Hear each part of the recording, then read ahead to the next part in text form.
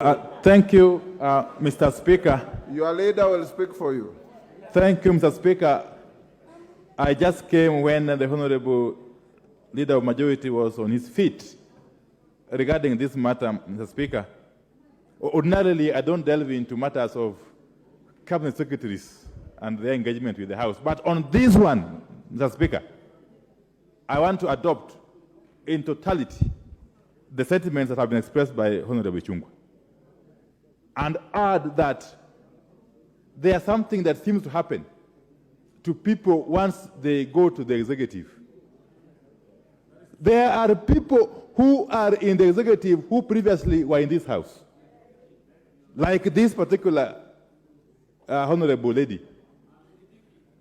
Once they cross to the executive, they acquire some holier than life, bigger than life status, and they think that they can lord it over everyone. Mr. Speaker, as a matter of principle, this is the organ of government that oversees the other organs of government. Mr. Speaker, we oversight the executive, we also oversight the judiciary in terms of their budget, and we oversight the independent commissions.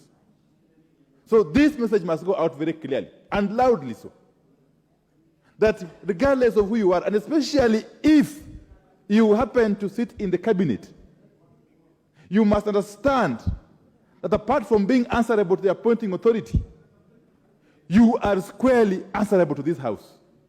And if this House invites you, everything else can wait. In fact, must wait. And you run here to address the issues over which you have been invited. Mr. Speaker, I have heard a lot of complaints from my members here.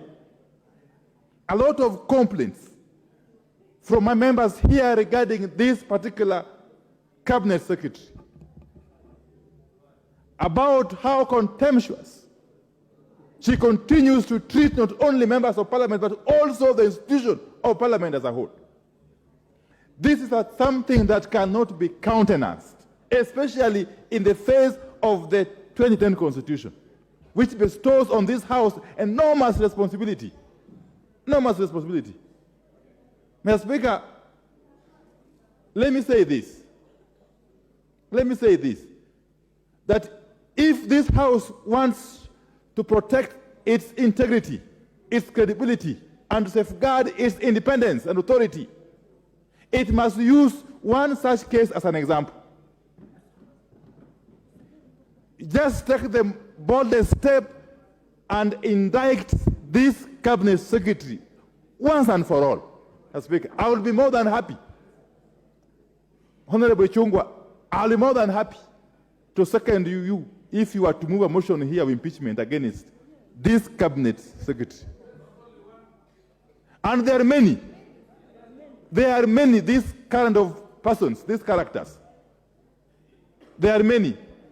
Mr. Speaker, unfortunately, I don't engage with them, but my members do.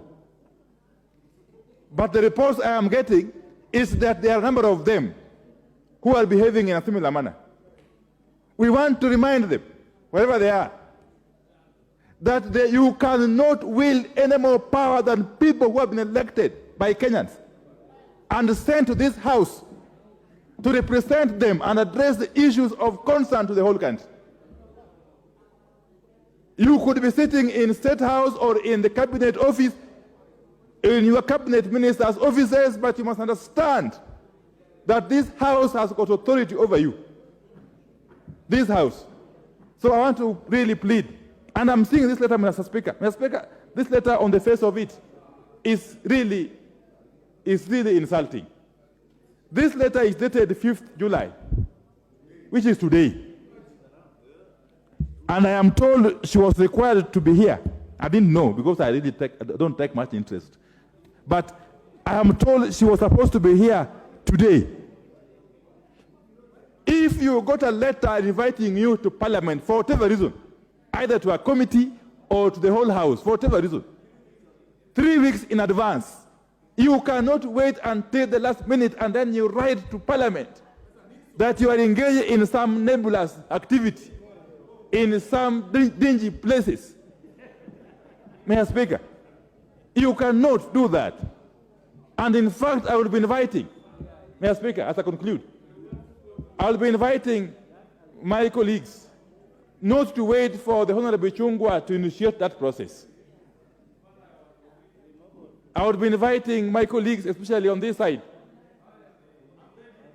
please proceed and initiate the process of sending this cabinet secretary home, and you will get my full support.